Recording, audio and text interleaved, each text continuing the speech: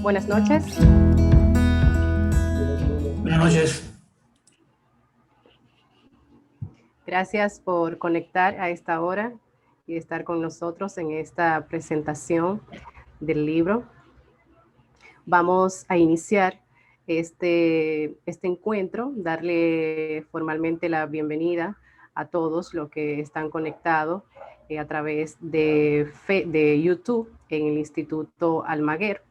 Esta noche estamos reunidos para presentar el libro Cuba en la hora cero de la independencia norteamericana del autor Wilfredo Padrón Iglesias y publicado por Ediciones O Magno.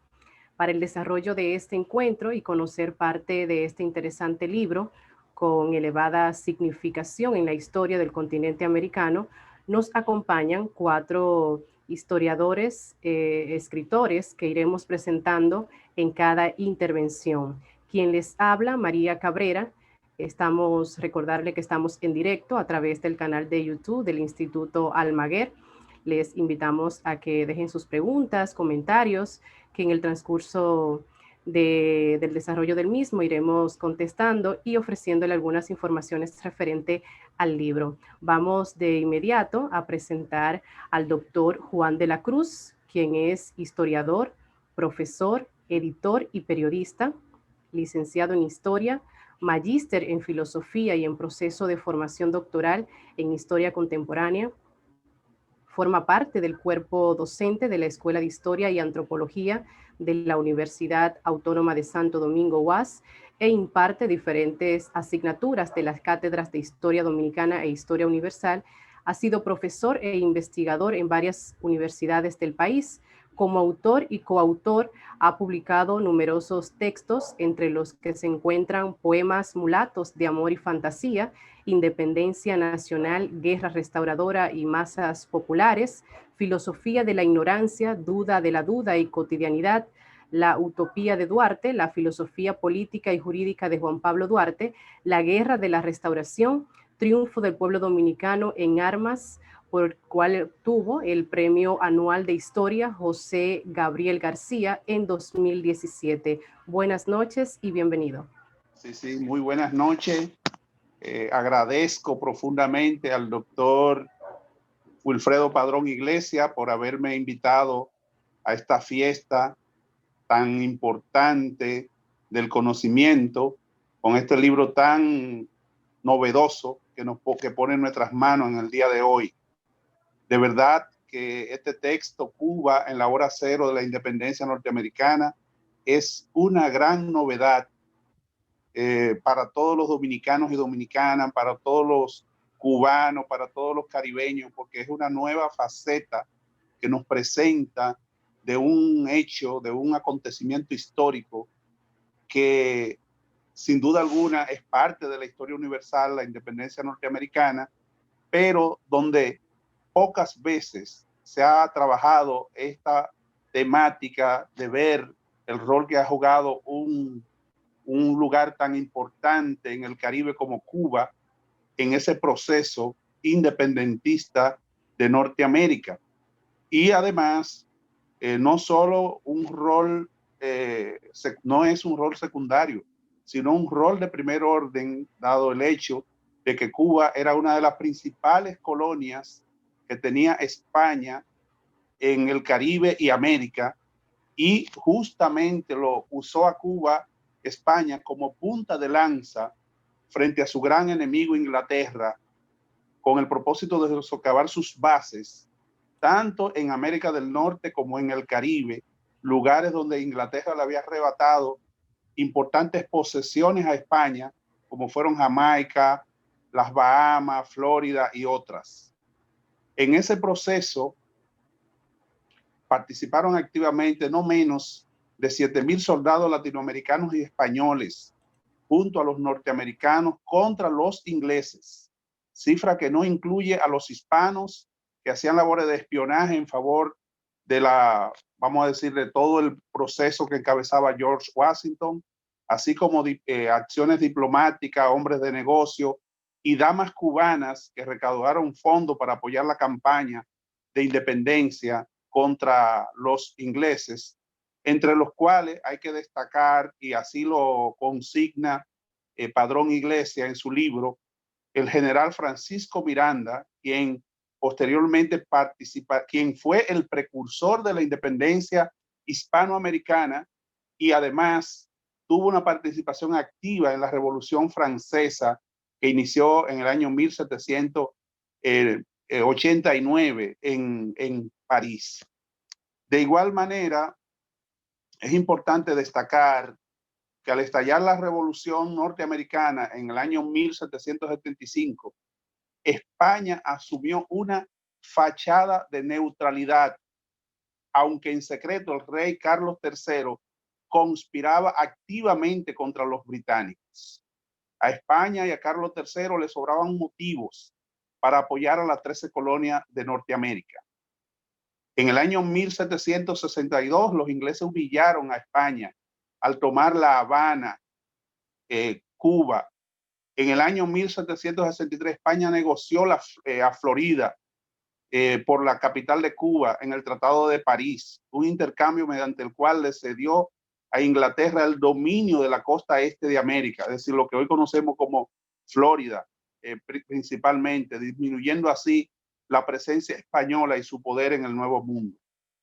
En el año 1776, fecha clave de lo que es el proceso independentista norteamericano, un héroe de hazañas militares de Europa y de México, Bernardo de Gálvez, fue nombrado gobernador de Luisiana, entonces territorio español que tenía su sede en Cuba, porque Cuba era la capitanía general de todos los territorios de España en América. Entonces Luisiana, que era una gran, vamos a decir, un gran territorio, estaba bajo la jurisdicción de Cuba, donde estaba la Capitanía General de Cuba de España para toda América. Y en ese sentido, podemos entonces decir que enemigo nato de los ingleses, Gálvez mantenía muy buenas relaciones con dos importantes intelectuales del movimiento independentista norteamericano, como lo fueron Thomas Jefferson y Patrick Henry,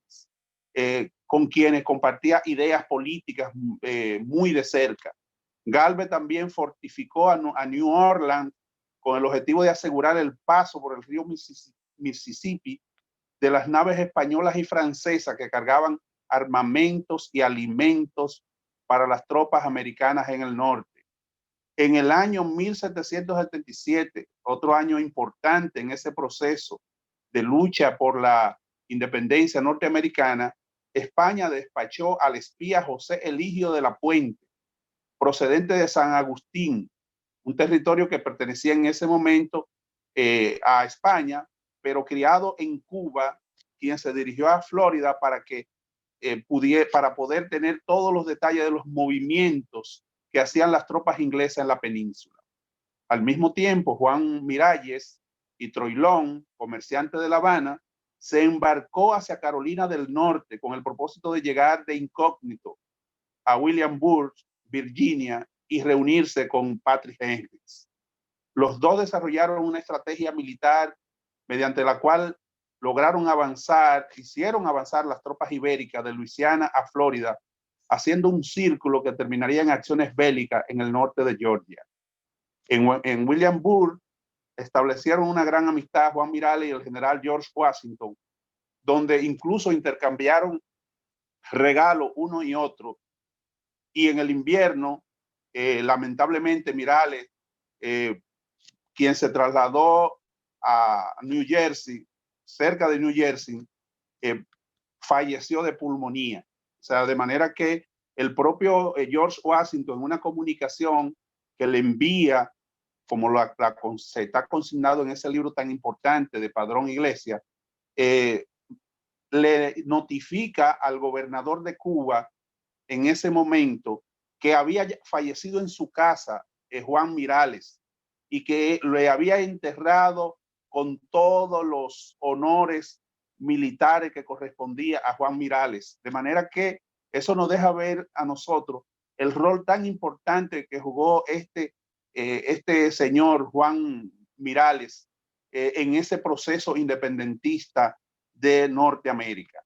El 21 de junio de 1779, el gobierno español le declaró la guerra abierta a Inglaterra. Inmediatamente Garvey dirigió su ejército de 7,000 hombres, integrado por cubanos, mexicanos, puertorriqueños, venezolanos e incluso de Santo Domingo, probablemente la primera vez que hispanos luchaban en tierras americanas en defensa de los Estados Unidos, junto a negros libres y esclavos, realizando el plan de ataque de Henry Miralles. Garvey evitó que los ingleses conquistaran el sur de los Estados Unidos en una serie de enfrentamientos. El 21 de septiembre de 1779 derrotó al enemigo en la batalla de Baton Rouge, Luisiana.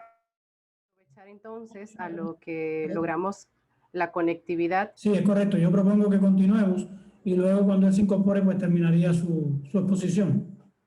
Muy bien. Perfecto, pues gracias. Pues vamos a agradecer al doctor Juan de la Cruz por su ponencia sobre este libro, algunas referencias históricas que ha señalado sobre el libro Cuba en la hora cero de la independencia norteamericana. Dando continuidad a este encuentro, vamos a pasar con el doctor Eliades Acosta Matos, quien es filósofo, historiador, ensayista, profesor y novelista cubano-dominicano, doctor en ciencias políticas e investigador titular. Fue director de la Biblioteca Nacional José Martín y presidente de la Asociación Iberoamericana para el Desarrollo de las Bibliotecas Nacionales. Ha publicado en Cuba, España, Venezuela y República Dominicana más de 19 libros y folletos, en los que se destacan 1898, 100 respuestas para un siglo de dudas, Los colores secretos del imperio, el apocalipsis, según St. George, el imperialismo del siglo XIX, las guerras culturales, mención en el Premio Internacional Libertador, la telaraña cubana de Trujillo, la dictadura de Trujillo, documentos. Actualmente se desempeña como responsable del Departamento de Investigaciones del Archivo General de la Nación, investigador de la Fundación Juan Bosch y coordinador de la Comisión Técnica del Ministerio para Políticas de Integración. Buenas noches al doctor Eliades Acosta Matos y bienvenido. Quiero mandar mi más cordial felicitación a Wilfredo Padrón Iglesias por la presentación de su libro Cuba en la hora cero de la independencia norteamericana, que es sin duda un aporte a la historiografía sobre el tema y que viene a poner en el tapete en un momento muy preciso la necesidad de ahondar en los hechos históricos de la relación entre Cuba y lo que hoy son los Estados Unidos, y hacerlo sin dejar en la sombra ninguno de los hitos importantes de esa relación. El tema que toca el libro de Wilfredo, que hoy se presenta, es un tema soslayado por la historiografía norteamericana, porque ha primado en ella durante muchos años, décadas, una mentalidad colonialista e imperialista que le ha impedido, por lo menos en el gran público, conectar al gran público lector o a los estudiantes con la verdad de la lucha por la independencia de las 13 colonias de la metrópoli inglesa y la construcción de un nuevo país con el aporte no solo de su población blanca, sino también de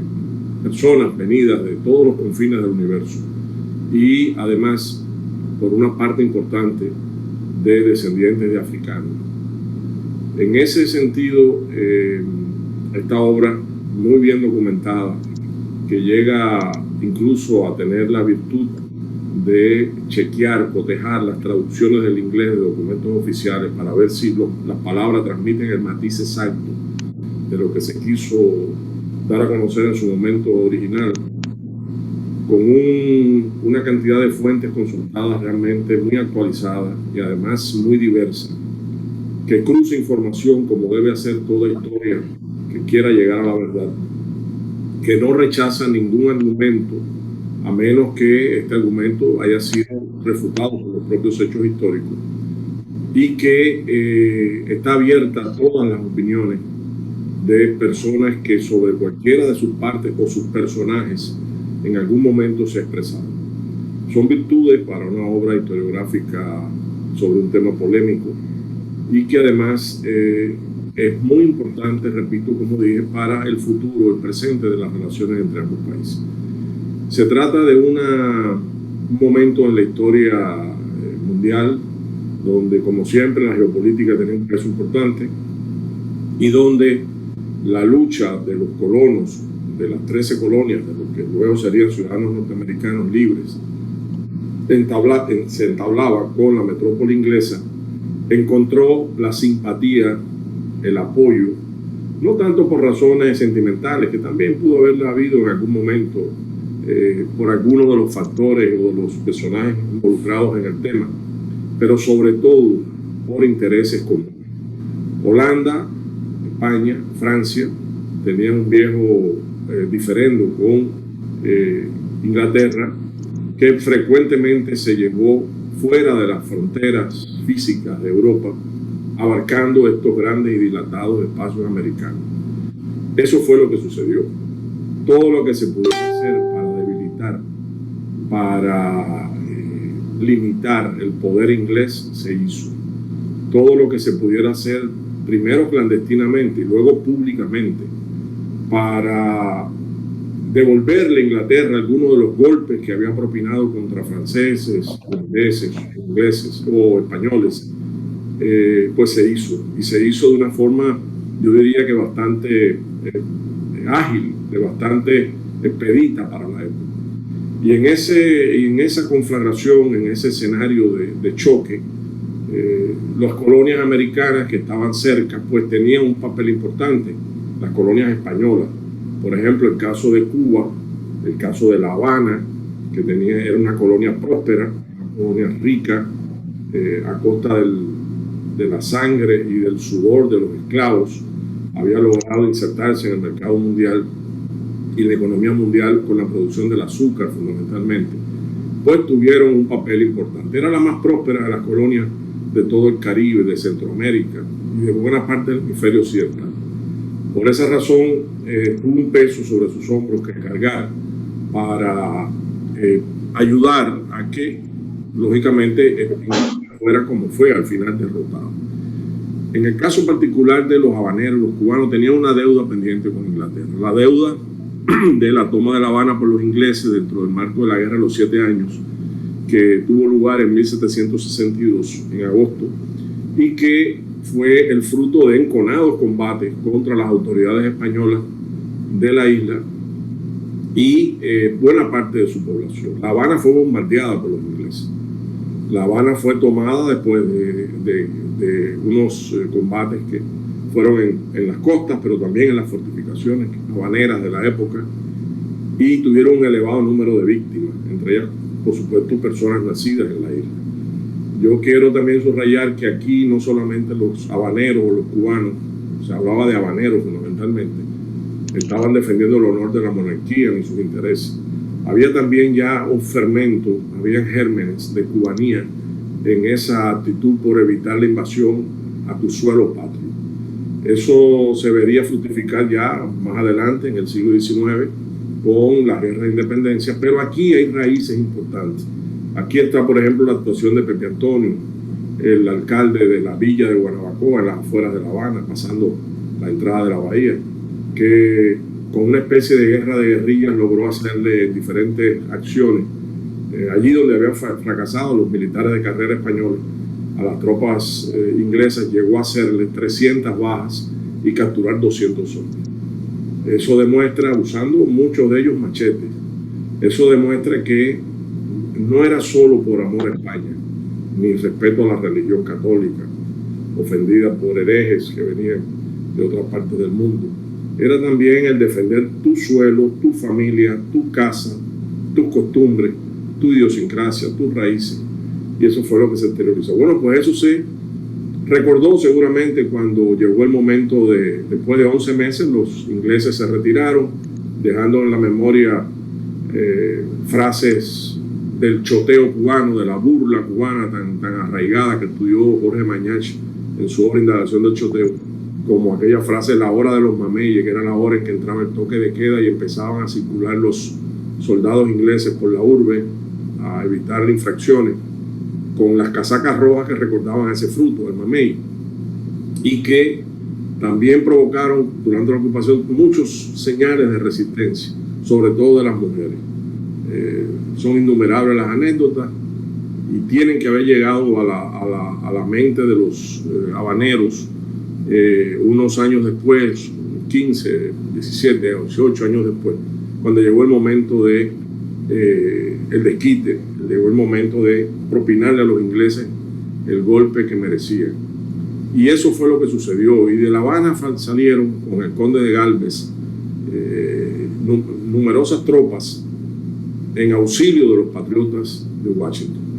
Tropas que eran en muchos casos batallones de pardos y morenos, que era una institución colonial en toda América que a libertos, negros, mulatos, descendientes de esclavos, les daba la posibilidad de cierto ascenso social, el título de don, tener grados, condecoraciones, poder ser enterrados los oficiales más connotados en las iglesias. En fin, les permitía sentirse más realizado en una sociedad muy excluyente, muy racista, y lo hizo ese mecanismo, hacer las armas en esos batallones, fue popular en su momento. Bueno, esos batallones pelearon en el cerco y la batalla de Pensácola, por ejemplo, donde se obtuvo la victoria, y más de 1.350 de los hombres que sitiaron Pensácola eran de los batallones de pardos y morenos habaneros. Y se expresó también en las recaudaciones para apoyar la causa de Washington, no solamente las recaudaciones estipuladas por la cédula del rey, de la Real Cédula del 17 de agosto de 1780, de los aportes que debían hacer los habitantes de Cuba y del resto de las colonias para esta guerra, sino de manera espontánea. Hay un momento grave donde las tropas de Washington, por no haber recibido paga hacía tiempo, estaban negadas a pelear, que nos puede asombrar mucho a los cubanos, porque los mambises estuvieron décadas peleando sin recibir un centavo, solo sostenidos por el ideal de la independencia. Pero bueno, cada pueblo es como es, y ese pueblo, aún los patriotas tenían que ser pagados y tener una remuneración para ser patriotas. Pero lo cierto es que llegado el momento grave de la crisis, pues una flota inglesa con el almirante de Grez al frente hizo un itinerario en La Habana, hizo una estancia precisamente para ver lo que se podía de manera urgente recaudar y llevar. Y los aportes fueron de unos 800.000 libras de plata. Significa un aporte considerable en un tiempo récord. No voy a entrar, el libro aborda la disputa de si fueron en 6 horas o fue más. No voy a entrar en ello, eso léanselo en el libro, pero sí se logró un aporte sustantivo que en alguna medida salvó la situación y permitió rematar la lucha por la independencia. Entonces, en ese sentido, vemos que también después hubo polémica sobre esos batallones. Digamos, hay unas cartas de 1793, 1794, de don Luis de las Casas, el capitán general de Cuba, respondiendo al ministro de la guerra en España una solicitud que le había hecho un lobista habanero muy famoso, un abogado que representaba los intereses de los esclavistas, de los negreros, Francisco Arango y Parreño, un hombre brillante, que lo habían enviado a España a lograr la disolución de estos batallones por temor a que no se repitiera en Cuba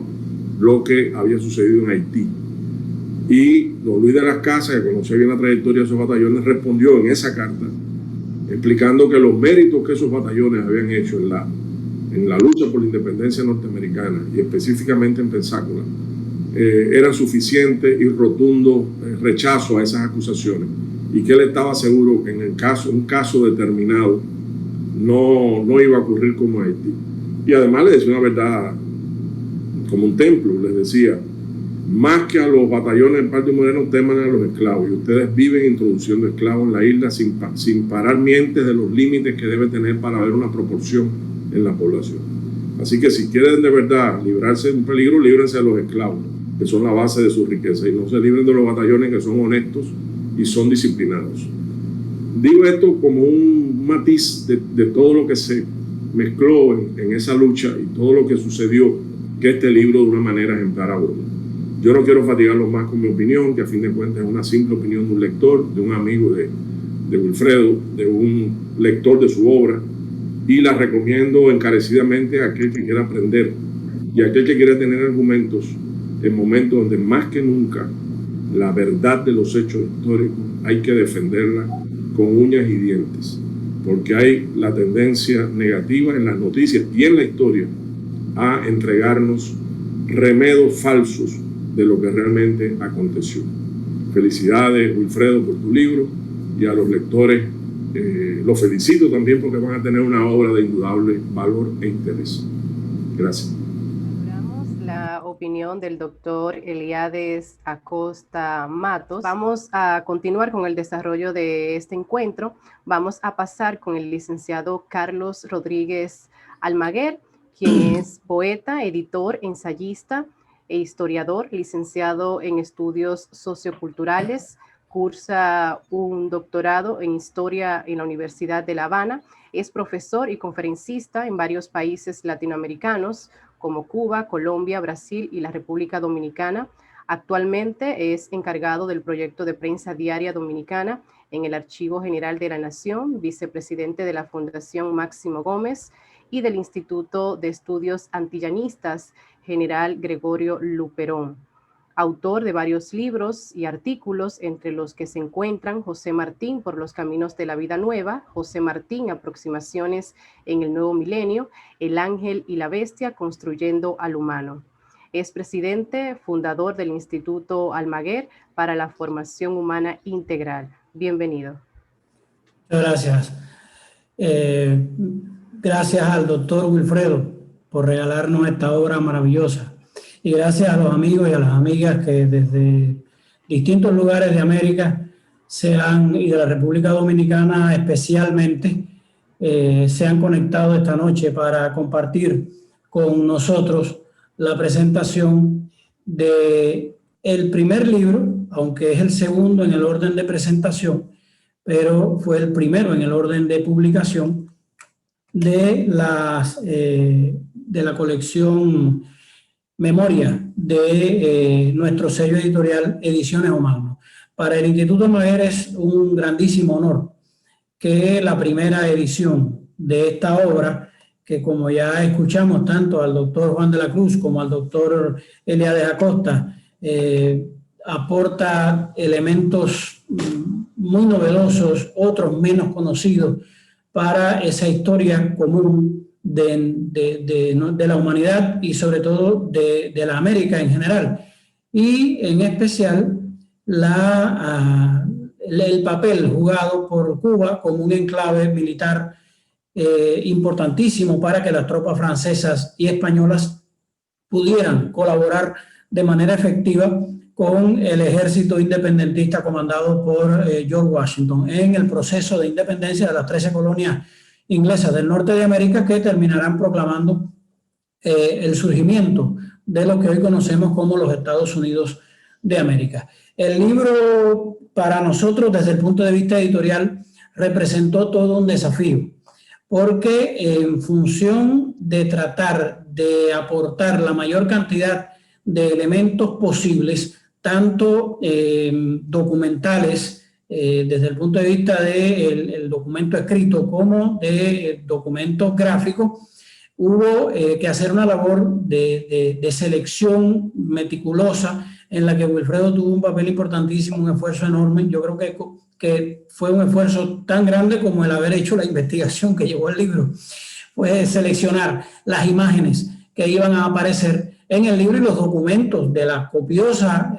documentación que se reunió, cuáles eran los más significativos, de manera que aportara de forma contundente e indubitable la narración que ha venido haciéndose durante toda la obra. De hecho, entre las imágenes, a nosotros nos llamó poderosamente la atención la que fue finalmente propuesta por Wilfredo, seleccionada como portada del libro, que es un cuadro del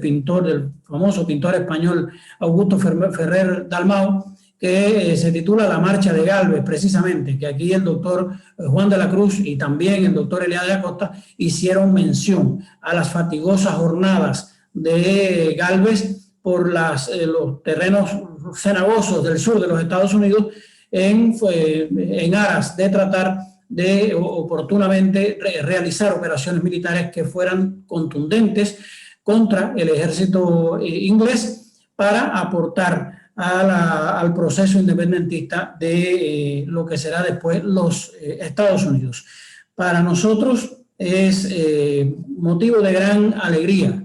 que hubiéramos querido presentar el libro antes, pero distintos factores laborales, etcétera, nos hicieron que el libro, que fue el primero que se publicó por el sello editorial, por la colección Memoria del sello editorial Omagno, se presentara, sin embargo, en el día de hoy. De todas maneras, nosotros decimos que el tiempo de Dios es perfecto y que nada ocurre un minuto antes ni un minuto después de que tenga que ocurrir. Y el tiempo de presentar esta obra de Wilfredo, que por supuesto en la lectura de esta obra van a ser referidas a otras de las obras de Wilfredo relacionadas con la participación más específica de un personaje que ya aquí tanto el doctor Juan de la Cruz como el doctor Eliade Acosta han hecho referencia, que es el precursor de la independencia y de la integración de América Latina y el Caribe, el venezolano Francisco de Miranda. Uno de los grandes momentos en esa vida fecundísima del gran venezolano, que fue el hispanoamericano más universal de su tiempo. Yo creo que pudiéramos decir que fue el punto de partida de esa vida meteórica y fecundísima que pasó por distintos territorios de Europa y también de parte de Asia, en referencia a la parte del antiguo Imperio Ruso, y luego episodios importantísimos como la Revolución Francesa. De manera que para el Instituto Almaguer es una noche de júbilo el hecho de que podamos entregarle a nuestros lectores, a los apasionados de la historia, a los amantes del conocimiento y a los buscadores de la verdad histórica y de la realidad de los hechos, esta obra que recoge los resultados de una investigación meticulosa, distintos archivos, el proceso de construcción y de elaboración de la tesis doctoral de Wilfredo, referida precisamente sobre Francisco de Miranda en Cuba. Y de todo el material que en ese proceso se catalogó, se fichó, se revisó, pues resultó este valiosísimo libro que recomendamos y que estará desde hoy a disposición de los lectores tanto en formato digital como en formato impreso. En formato digital está colocado ya en la tienda de la página web del Instituto Almaguer, www.almaguerfhi.org, y también en formato impreso.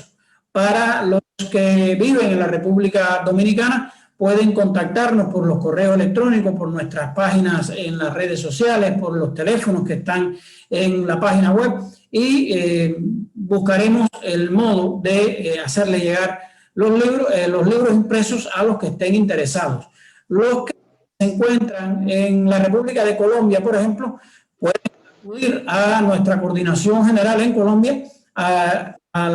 mando del doctor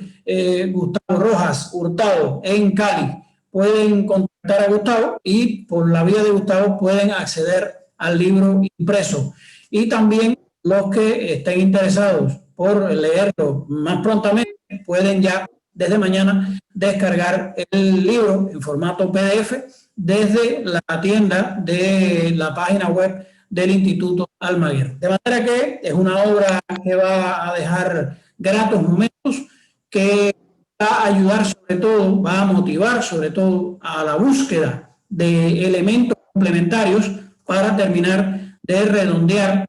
conocimientos que aquí, por razones de espacio, por razones lógicas, en las que ningún libro va a abarcar toda la realidad de un acontecimiento, pues podrán completar lo que el libro les va a sugerir de una manera amena, de una manera bastante gráfica. Ya explicábamos la cantidad de documentos, de anexos y sobre todo de imágenes para tratar de esta época visual graficar lo más posible los acontecimientos, los actores principales y muchos de los hechos que tuvieron lugar tal y como fueron luego descritos por la pluma o por los pinceles o por las plumillas de importantes pintores, importantes dibujantes que al servicio de la prensa de la época estaban transmitiendo sus visiones de aquel magno acontecimiento que fue la primera gran guerra de independencia de América, a la que seguiría en el territorio americano, por supuesto, la revolución haitiana, finalizando el siglo y luego, ya abriendo el siglo XIX, todo el proceso independentista que arrancaría con la proclamación de la independencia de Venezuela, con Bolívar y con Miranda nuevamente como actores principales de ese proceso que abarcaría todo un siglo y que terminaría precisamente finalizando ya en 1898 con la independencia de Cuba y Puerto Rico, a pesar de la frustración que representó la intervención de los Estados Unidos en aquella guerra en la que los patriotas cubanos ya habían derrotado prácticamente a España. Y bueno, procede la ocupación forzosa de Cuba por parte de los Estados Unidos y también la ocupación de México, la ocupación de Puerto Rico como las dos últimas colonias españolas en América y bueno, amén de otros territorios como las Filipinas, etcétera. Así termina el siglo que había comenzado con la explosión independentista de las 13 colonias norteamericanas, que una historia que a mi juicio es muy interesante, una historia llena de acontecimientos y que es importante, sobre todo para los latinoamericanos, conocerla al dedillo para que sepamos cuánto de aporte hubo de sangre hispana a la independencia de las 13 colonias para que se construyera la república colosal que al norte de nuestras tierras ha pendido durante más de 200 años como una tremenda espada de Damocles sobre la soberanía, la independencia y la libertad de nuestras sufridas y dolorosas repúblicas americanas. Una vez más, los invito a leer este libro muy jugoso, muy útil, descrito bellamente y además, a mi juicio, hecho, organizado y presentado en una preciosa edición de la que nosotros nos sentimos muy orgullosos. Buenas noches a todos, les agradezco la oportunidad y una vez más a Wilfredo, gracias por permitir que el Instituto y Ediciones Humano hayan tenido la primicia en la edición de tu obra. Muchas gracias al licenciado Carlos Rodríguez Almaguer por hacer referencia a la parte de como editora, como los editores Ediciones Humano, con referente al contenido, al diseño de esta obra, Cuba en la hora cero de la independencia norteamericana. Me indican si seguimos teniendo algunos inconvenientes de conectividad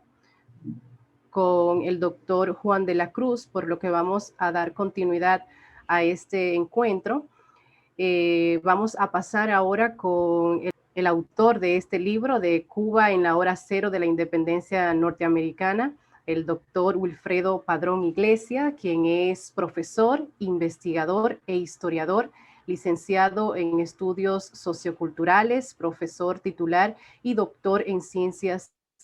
históricas. Ha desarrollado investigaciones en el área de la historia y las ciencias sociales y participado en eventos científicos en Cuba, República Dominicana y Venezuela. Es autor y coautor de artículos y libros, entre los que se encuentran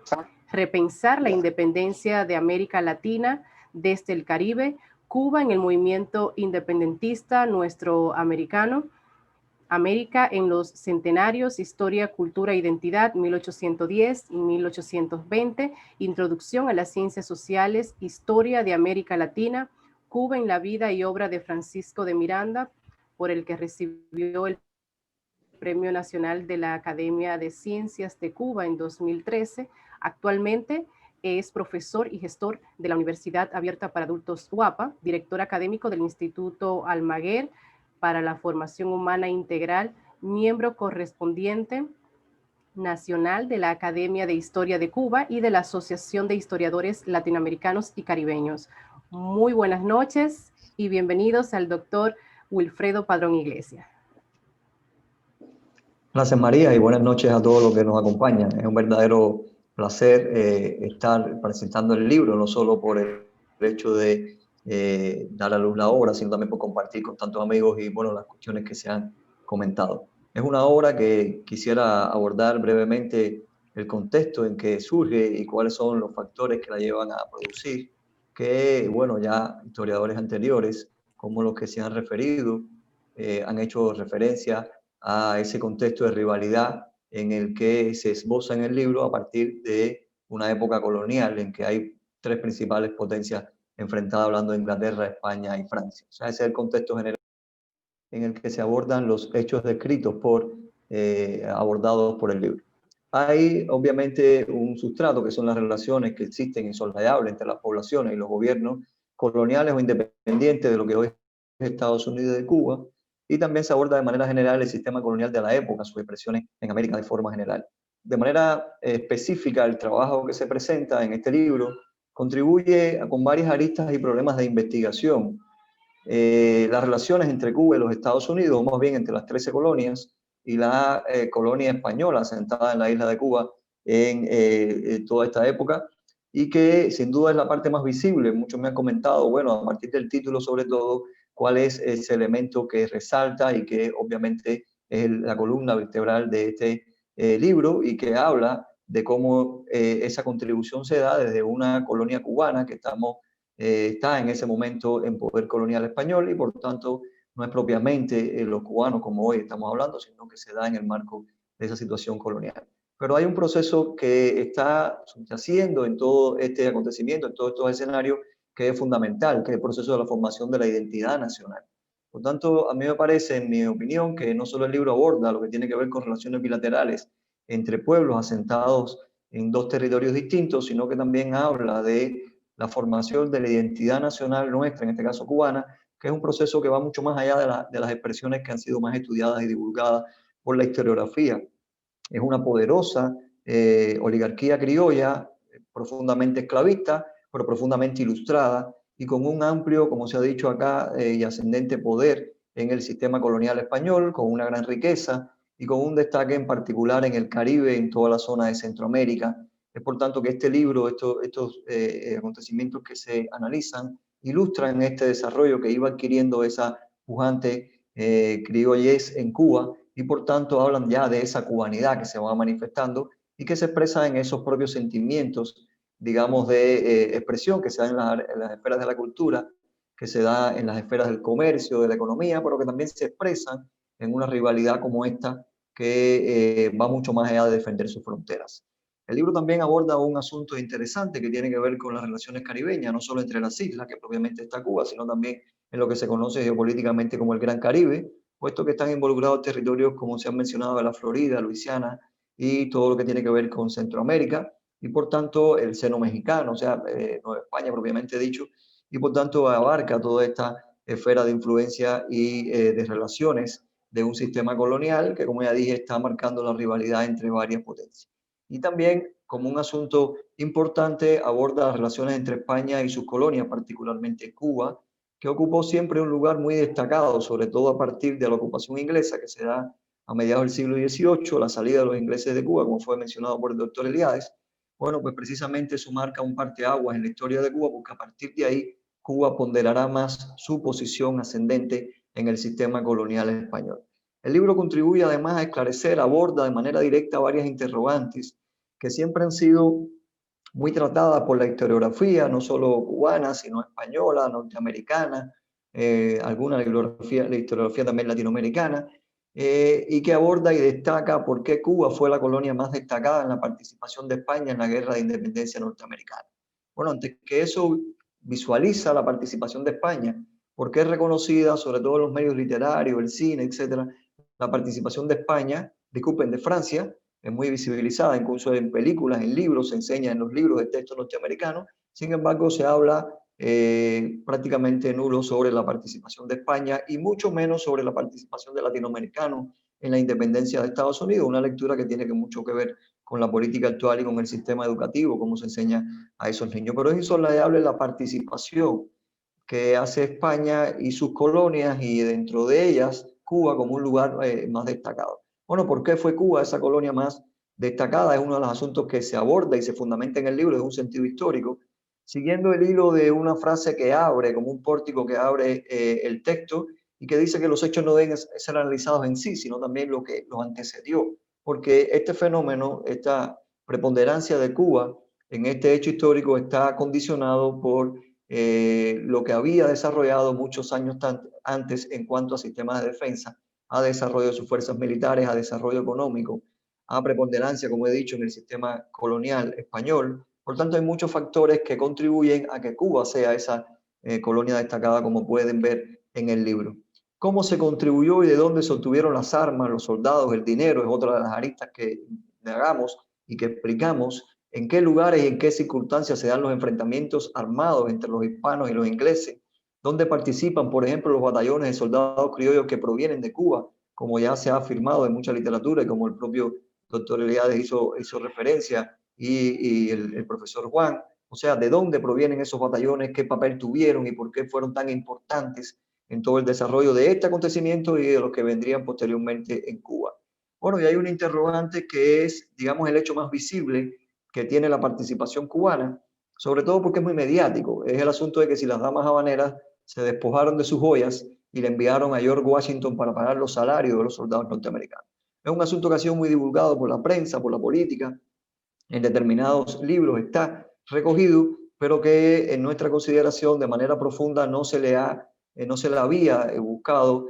cuál fue la expresión en la época que se le dio a esa contribución tan importante. Fíjense que la frase que sitúa en el título del libro proviene de ese hecho histórico y precisamente forma parte de una frase de un historiador norteamericano que afirmó que el dinero que se envió desde Cuba había llegado en lo que él consideró la hora cero de la independencia. O sea, cuando precisamente estaban por darle el golpe de gracia, digamos, a la Armada inglesa, al poder militar inglés, los soldados norteamericanos no querían pelear porque les faltaba salario, además de que tenían muy malas condiciones de vida, y este dinero viene a contribuir y a pagar esos salarios, y por tanto esto hace que la ofensiva tome fuerza y por tanto se dé el golpe definitivo al ejército inglés. Es un hecho, como ya he dicho,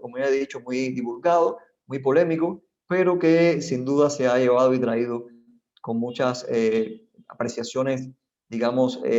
con poca profundidad y con poca rigor y seriedad histórica. Los aportes de que hace este libro forman parte de un ciclo mayor de investigación que comenzó con mi tesis doctoral dedicada a la figura de Francisco de Miranda y su relación con Cuba. Ahí empecé a indagar, a buscar información en los archivos y encontré este tipo de información que era original, inédita, porque, como ya he dicho, se había tratado estos hechos, pero no se habían ido a los archivos a buscar. Por tanto, el proceso de investigación doctoral, ya defendido hace más de 10 años, aportó la información primaria que motivó a que, una vez concluida esta formación doctoral y publicado varios artículos y, bueno, un libro sobre mi tesis y lo que había abordado en la relación de Francisco de Miranda, que fue un actor fundamental, si bien no toda la relevancia que ocupa después, pero que sí participó en estos hechos. Bueno, una vez terminado esto, continué, digamos, dándole continuidad. Se publicaron algunos artículos, se presentaron algunos eventos, pero continué en este proceso de búsqueda en archivos, en bibliotecas, en fuentes digitales. Recuerdo que participé en eventos, compartí, debatí opiniones con muchos historiadores. Bueno, ahí polemizamos y abarcamos un largo proceso que ya lleva más de 10 años, fraguando este libro, buscando información, indagando en archivos, en muchos documentos muy antiguos. Como verán, en sus páginas tiene mucha información original de archivos cubanos, del Archivo Nacional de Cuba, del Archivo de la Arquidiócesis de La Habana y de la Oficina del Historiador, que recoge, atesora una cantidad de volúmenes del siglo XVIII, que fue lo que básicamente busqué. Y por tanto, esta información original me permitió ir a las fuentes, o sea, a partir de los argumentos de los propios protagonistas, del análisis de esa fuente de cartas, de actas del Cabildo, por ejemplo, cuando se entregó este dinero, cómo se hizo este proceso, cómo se recaudaban las armas, cómo se enviaban los batallones, cómo fue todo este proceso de recaudación monetaria que se ordenaba desde España a partir de una real cédula del rey, de varias reales cédulas, pero una sobre todo de 1781 que marcó el punto para la recaudación de dinero, pero cómo eso se expresaba en La Habana, cómo se expresaba en el interior del país, quiénes recogían el dinero, cómo se hacía ese proceso, qué significación tenía ese monto que posteriormente se entregó a las tropas norteamericanas, e incluso se consultaron documentos, por ejemplo, de otros lugares para contrastar un poco cómo marchaba ese proceso, y por tanto esto es una de las cuestiones fundamentales. Este es el valor principal del libro, pienso yo, no solo en abordar un tema muy poco tratado, desconocido, tratado también en otras aristas, en otros lugares, de manera parcial, de manera, digamos, por la epidermis, digamos, el tema y no profundizar en archivos, sino sobre todo ir a fuentes originales, buscar esas cartas, buscar esas actas del Cabildo escritas, como ya dije, a finales del siglo XVIII, cómo opinaban las personas, qué proceso se hacía, cómo se organizaba. O sea, esa es la principal fuente de información y el libro cuenta no solo con esta información en su propio análisis, sino que cuenta con unos anexos que tienen varios documentos inéditos, muchos documentos inéditos que por primera vez salen a la luz y que muestran este proceso tal y como fue. Se analizan diarios, además de personas que participaron en estos hechos y que recogieron de primera mano, algunos con una intención noble, otros con una intención de engrandecerse. Recuerden que en esta época era muy importante el engrandecimiento personal de estas figuras que la corona de España había mandado a participar en la guerra, y por tanto a un análisis de este proceso, de cómo esas personas también, un poco que miran los hechos y los recogen en la historia, pero desde su punto de vista y engrandeciéndose de manera personal. Y bueno, la contrastación, como se ha dicho, con otra fuente, es lo que permite vislumbrar, acercarnos a la verdad histórica. Este es un libro que, como ya he dicho, tuvo su fase fundamental en Cuba y que traje a esta tierra de República Dominicana, en la cual estoy desde hace 2 años, como un hijo que traje pero aún sin nacer. Por lo tanto, en el orden de los agradecimientos, mi primer agradecimiento tiene que cruzar el Caribe y llegar a todos los que contribuyeron en Cuba, que es una larga lista de colaboradores que anónimamente participan y tributan a la labor de los historiadores, archiveros, bibliotecarios, profesores, investigadores de muchos lugares que poco a poco durante tantos años, ya dije que una década al menos duró esta investigación, no de manera, claro, abiertamente solo para ella, pero sí yendo incluso durante más de un mes estuve trabajando en el Archivo Nacional de Cuba, me lo permitió las condiciones en que estaba, y así fui vinculándome por periodos de tiempo de manera permanente al trabajo en archivo y en biblioteca, y otras veces ya de manera parcial a la parte que desarrollaba mi labor docente como profesor universitario. Bueno, también tengo que agradecer, obviamente, porque son los de siempre, mis amigos, los que no necesitan que yo les dé las gracias ni que los mencionen, pero que saben que yo les agradezco mucho todo el apoyo que siempre han tenido a cada una de las cuestiones que hago. A mis colegas de hoy, a los de UAPA, a mis alumnos, algunos ya graduados, que me apoyan y alientan, que han estado siempre en cada día y en cada evento y están aquí hoy conectados, escuchando la transmisión y siempre atentos a todo lo que hago y lo que hacemos en nuestra universidad. Agradezco particularmente al doctor Sergio Guerra Vilaboy, mi amigo, mi mentor, fue mi tutor de doctorado y siempre ha sido quien me ha acompañado en estas líderes investigativas y bueno, revisó este libro, me hizo importantes sugerencias. A Carlos, al profesor Carlos que ha expuesto esta noche, le agradezco particularmente a Danay, que han sido los editores, pero además los gestores del libro y los amigos entrañables que hemos estado compilando en todas estas fraguas de libros y de publicaciones y de todo lo que en ello acontece. Agradezco de manera particular, por supuesto, a los profesores Eliade, a Juan de la Cruz, a María, que me ha acompañado amablemente para participar y guiar este panel, al doctor Esteban Tiburcio, que es rector de la UTECO, quien alentó y apoyó materialmente este libro y siempre estuvo muy atento a él, y bueno, es la obra que tenemos. Por supuesto también a mi familia, es el sostén de mi existencia sin importar las distancias físicas. Son los verdaderos héroes de a cada paso que doy en mi vida y estos sin duda son también, digamos, autores de esta obra porque son los que acogen todo y permiten que yo pueda dedicarte tiempo a estas investigaciones y a esta publicación. Y bueno, a todos los que se han interesado, a todos los que se han conectado, a todos los que están presentes hoy en la presentación, yo les agradezco muchísimo todo el apoyo, espero que disfruten el libro, que lo puedan tener y para mí ha sido un verdadero placer. Les agradezco a todos en sentido general, he recibido mucho apoyo de las autoridades de UAPA para hacer esta propia actividad que estamos haciendo ahora y ya he recibido opiniones de personas que tienen el libro, que lo han podido tener antes de su presentación han tenido, digamos, esa oportunidad, y sé que ya he tenido opiniones positivas respecto a él y estoy abierto a todo lo que en ese sentido pueda tener. Así que muchas gracias y ojalá disfruten el libro como es mi buen deseo. Gracias al doctor Wilfredo Padrón Iglesias por su ponencia sobre su obra, Cuba en la hora cero de la independencia norteamericana. Muchas felicidades por este logro, este éxito. Voy a aprovechar unos minutos para darle las gracias a todos los que se han conectado, compartir algunos de sus comentarios que han dejado. Biannelli Vázquez, muchas felicidades para Wilfredo. Giovanni Rodríguez, saludo, un honor estar en este evento, felicitando de entrada a nuestro estimado y distinguido padrón. Tenemos aquí también, vamos a ver, aprovechar algunos mensajes de los que nos han compartido. Úrsula Puentes, buenas noches desde La Guapa, muchos éxitos. Xiomari Cruz, buenas noches, felicidades Wilfredo por alcanzar este nuevo reto. Tenemos también aquí a Eustinia Castro, buenas noches, muchas felicidades. Vamos a leer unos cuantos más. Juan René Martínez, saludo al excelente profesor Wilfredo Padrón. Piedad Torre, buenas noches desde el Comité Amigos de Cuba, Cali, Colombia. Un saludo fraterno.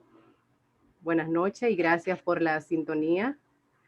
Jacqueline Hernández, saluda, buenas noches. Yamile Javier Bencosme, buenas noches, saluda, gracias. Janet Jimenian,